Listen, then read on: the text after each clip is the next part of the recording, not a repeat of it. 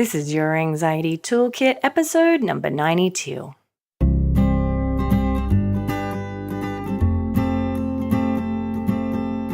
Welcome to Your Anxiety Toolkit. I'm your host, Kimberly Quinlan. This podcast is fueled by three main goals. The first goal is to provide you with some extra tools to help you manage your anxiety. Second goal, to inspire you. Anxiety doesn't get to decide how you live your life. And number three, and I leave the best for last, is to provide you with one big, fat virtual hug. Because experiencing anxiety ain't easy. If that sounds good to you, let's go.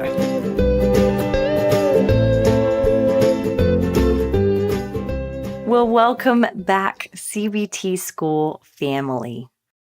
Okay, family, we are going to have a little chat today. And this is going to be a little different to how we usually do podcasts, but I have some things to tell you.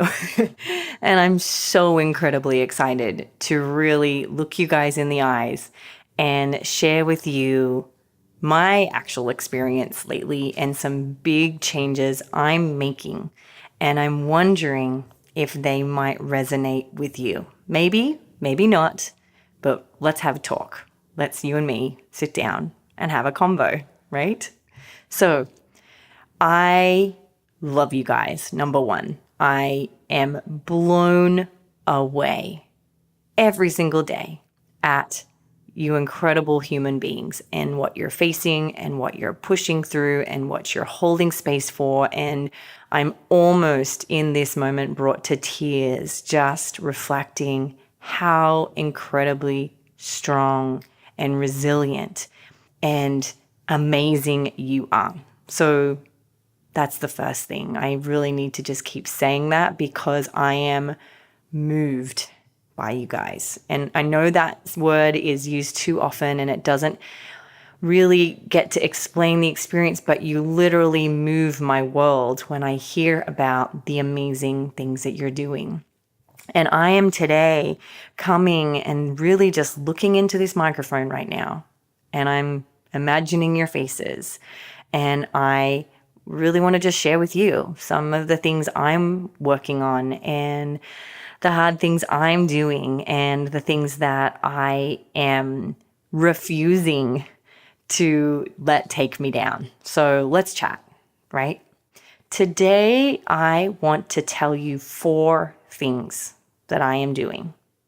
Again, maybe they'll resonate with you, maybe they won't, but they're changing the way I feel about myself. They're changing the way I look at the world in very small ways.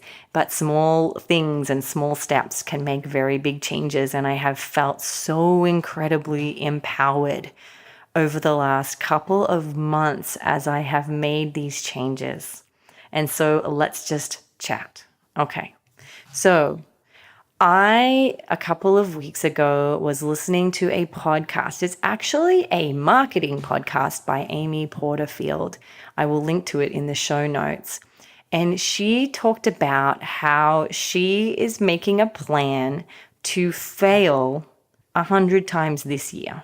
And when I saw the podcast episode name, I thought, yeah, whatever, like that will be maybe interesting, but I'll listen to it because I really like her style and I think of her as a mentor as a podcaster. And so, but she blew my mind and made me realize that I have some work to do, right? So you guys know me. I even have a whole podcast about how I kind of whack things together and I'm okay with things being imperfect. And I know I don't do everything perfect and there's often spelling mistakes in the things I create, but I'd prefer to get them out there and help people than to make them perfect and then never get them out.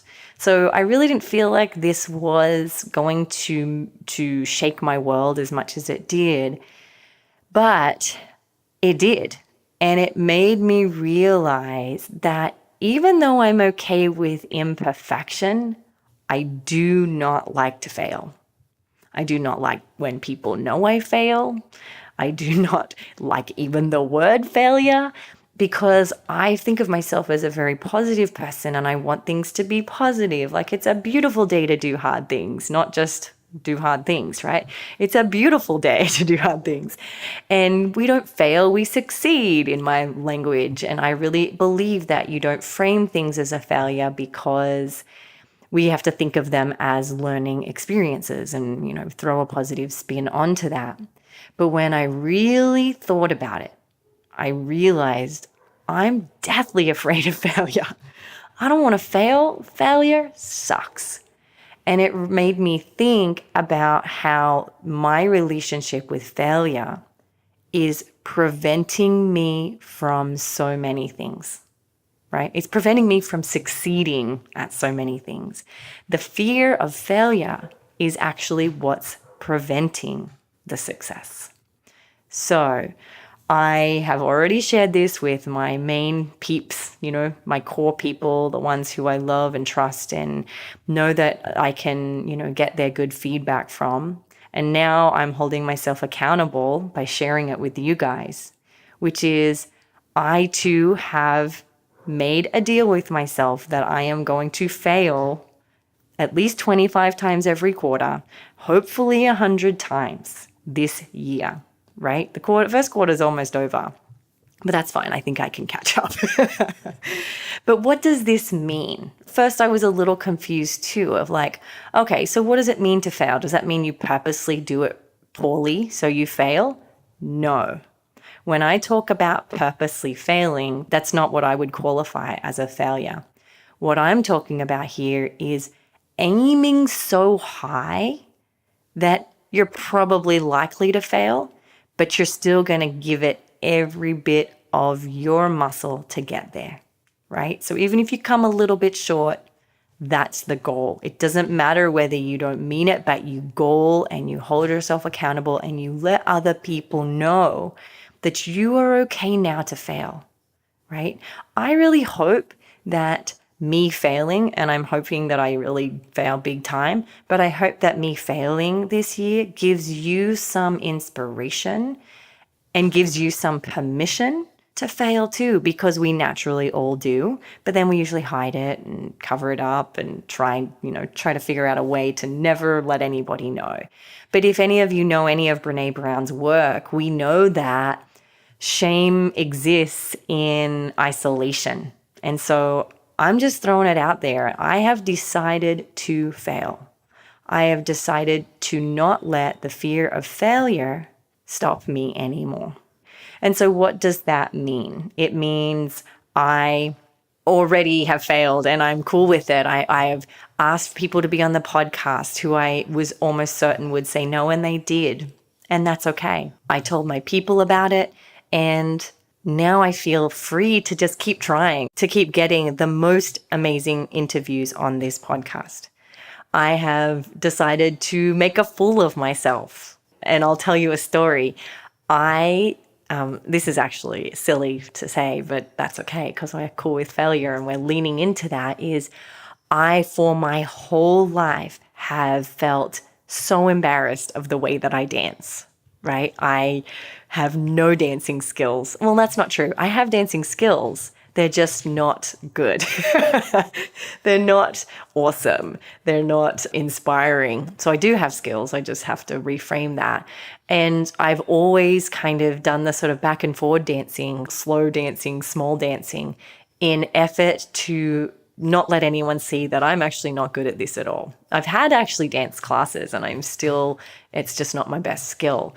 But only on the weekend when I attended an amazing event did I get out in front of a huge crowd, and while everybody else walked up on stage, I got up on that stage and I danced, and I considered it an awesome failure because it was something I wouldn't have let myself do because of fear, and I did it anyway, right? So yes, that was another example.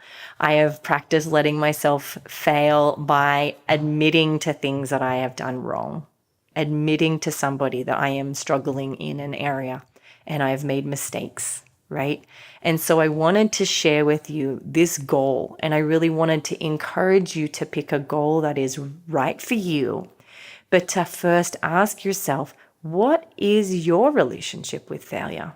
What would happen if you actually allowed failure to be something that you experience or face, what would you do? What could you do? What things would you try? And sometimes it just gives us permission to start to try and learn new things, right? Often people won't start things because of that fear, that end fear, right? So I have decided to fail 100 times. If any of you have an idea on how I could fail better, please let me know, because I am pretty dang committed to this goal, right? And I wanted to really share it with you because you can hold me accountable, and I will do my very best to raise the goals and the bar so high that I'm faced with the opportunity to fail, right? So that's number one. I'm so excited about it and scared, but hey, we can do hard things, right? Okay, so number two, and these are similar, but they still have made massive shifts in the way I am approaching life in general. Number two is I've decided that I'm not playing small anymore. And let me tell you a little bit about the backstory of this. So I recently attended the OCD Game Changers event. It was hosted by Chrissy Hodges. The recording of it will be out very soon, and I strongly encourage you to check it out. I was so honored to attend this event, but also spend time with a lot of these amazing advocates and heroes, absolute heroes in regards to the work they're doing, the advocacy they're doing for mental health, the projects they're doing. Oh my gosh, I can't even grasp or explain. There are no words to show the degree of heroism that is happening in the world, in the mental health community. But the day, as we were hanging out the day before, and we were doing a lot of very much deep conversation about how we can be better and how we can serve more and how we can help each other, I realized this actually started to brew as on my way out to this event in Denver, which is like PS, a freezing cold place to live. And I swear I was like swearing like crazy for the first 30 minutes because I was so cold. And I hadn't packed well for it, being, a naive Californian now. But I was really sort of processing this and starting to reflect on the fact that I, for many years, have played small. And I kind of use played small in quotes because I think what I learned, and I don't know if this resonates with you, but I think that society taught me to stay quiet, don't make waves, don't offend anybody. As a woman, you should be small and just stay small, and you should speak small, and you shouldn't be loud. And if you were loud, that then you're not classy or you're not respectful. And so I feel like because I've always been such a quote unquote good girl, I really have been playing small. And I think a big piece of that is also how my eating disorder played out, which was also be in a small body, right? Just make everything about you small, right? And thankfully, something has been, there was always a voice in me that was like, no, I want to help and I want to, talk to people and I want to share information and education. So I'm so grateful that it didn't prevent me from becoming a therapist and having a podcast and, helping people, being on social media. It didn't go to that degree, but I think always there is this sort of underlying fear or thought that you should just stay small, right? And as I've started thinking about not failing, and as I started thinking about who I need to be to show up for you guys, I realized we have to stop playing small. And I think that's what happens with anxiety, right? Is anxiety bullies us to stay small. It keeps us small, right? It keeps us quiet. It stops us from getting largely angry and peeved at it. And it keeps us in that small space. And I myself have made a decision that I'm not going to play small anymore. I'm going to be really aware when that voice shows up that says, quieten down, be a good girl, always be respectful, always be moral, always do the right things, always worry about other people, always think about their feelings before yours. I'm not going to do that anymore. I know I'm always going to be respectful, and I know that I care about other people. So I'm going to trust my morals and values that this isn't going to get out of control, and I'm not going to snap, but I am not playing small anymore, right? And I really want you to reflect and ask yourself again now, how are you playing small, right? Is there a small piece of you deep in your chest that's ready to stand up and roar? Is there a piece of you that doesn't want to take it anymore and just wants to shine and stand up for what's right and not be afraid to stand up for people who need you? Is that you? Is there a piece of you that's like that? And if there is, whether it be an exposure or not, start to be bigger, start to let yourself be bigger. And when I talk about this, I mean not just in your thoughts and your feelings and your emotions, but your body too, right? We as a society are constantly told to stay small. And who says that's right? Right? I know in the previous episode, we have Evelyn Tribole. She's a freaking rock star, and she is the voice here for us in our bodies. We have permission to be in whatever body we want, right? And I love this. So I wanted to share with you that second little shift that is changing my life, right? Okay. Number 3, and this is huge, right? This is actually more of a systems thing, which is I've made the decision to be 100% intentional about my use of time, right? If I'm going to start to play big and I'm going to start to make mistakes and give myself permission to do that while also running a business and while also being a mom and while also being a friend and a wife and all those things, if I'm going to honor myself like that, I have to be intentional with my time. So P.S., I learnt this the hard way. This was one of my big failures. So I went out and I was like, yes, I'm going to fail. I'm going to do this, right? And then I realized I don't have time.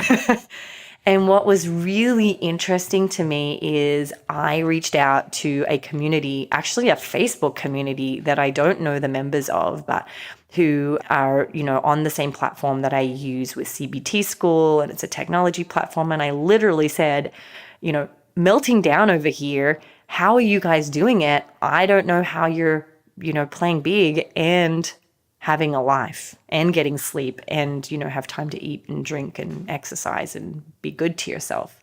And the interesting thing was there was these 2 women who reached out to me and, in their own time and said, girlfriend, you say you're busy, but if you really look at your schedule, you're going to find that there's tons of time where you're not being intentional, right? And I was like, oh, snap.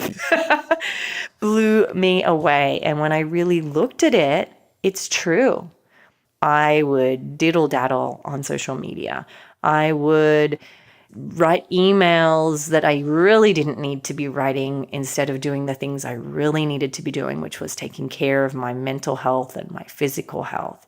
I would get caught up doing things that weren't important when I had things that were important that needed doing. And so what I started to do was very much look at my day. I start so if it's, let's say today's Thursday, which it is. So this evening I will look at tomorrow and I will look at what do I need to honor the things I want to do, the things that I need to do. What are my priorities? And I set aside time every evening, about 10, 15 minutes, where I honor what needs to be done. I honor what I want to get done, and I really make an intentional plan, right?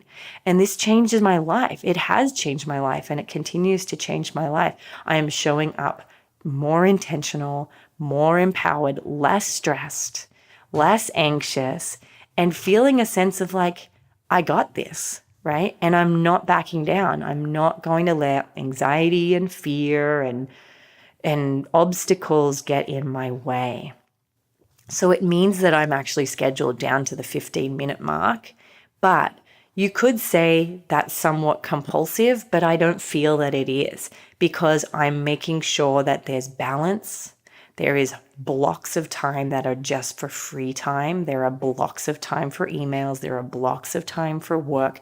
There are blocks of time for this podcast. Believe it or not, this podcast was scheduled in a very specific time where I knew what I needed to do, and it works, right?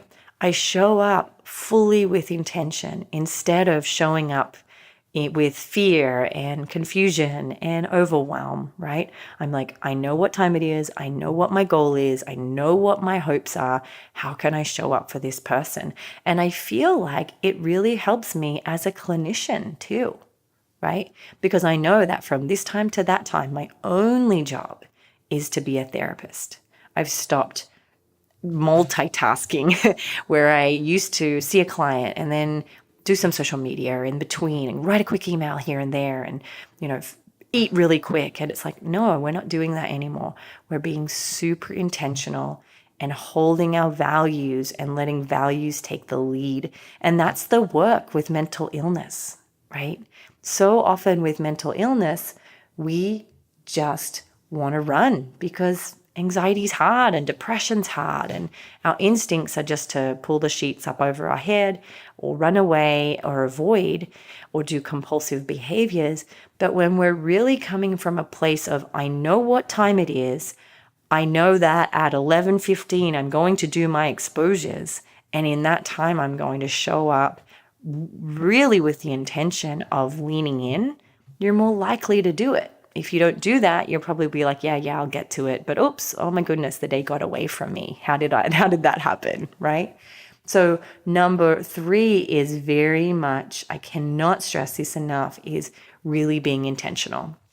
Now, one thing I have talked about in the past is this idea, it's actually Brendan Bouchard who taught this, which is the doorway rule, which is as I enter into a room, I also then check my intention, right?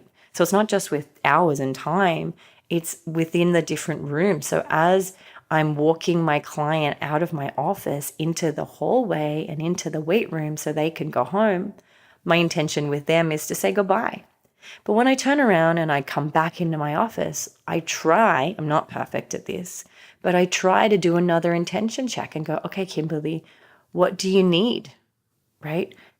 This is that compassion thing that Kristen Neff talked about. If you didn't see that and listen to that episode, please do, because she really talks about checking in with what do I need and being very much in line with your intention and what your body is telling you it needs, right? Again, this is the whole piece with intuitive eating, checking in. Does my body need hunger? Is it hungry? Does it need food? Does it need fluids? Does it need rest? Does it need to cry?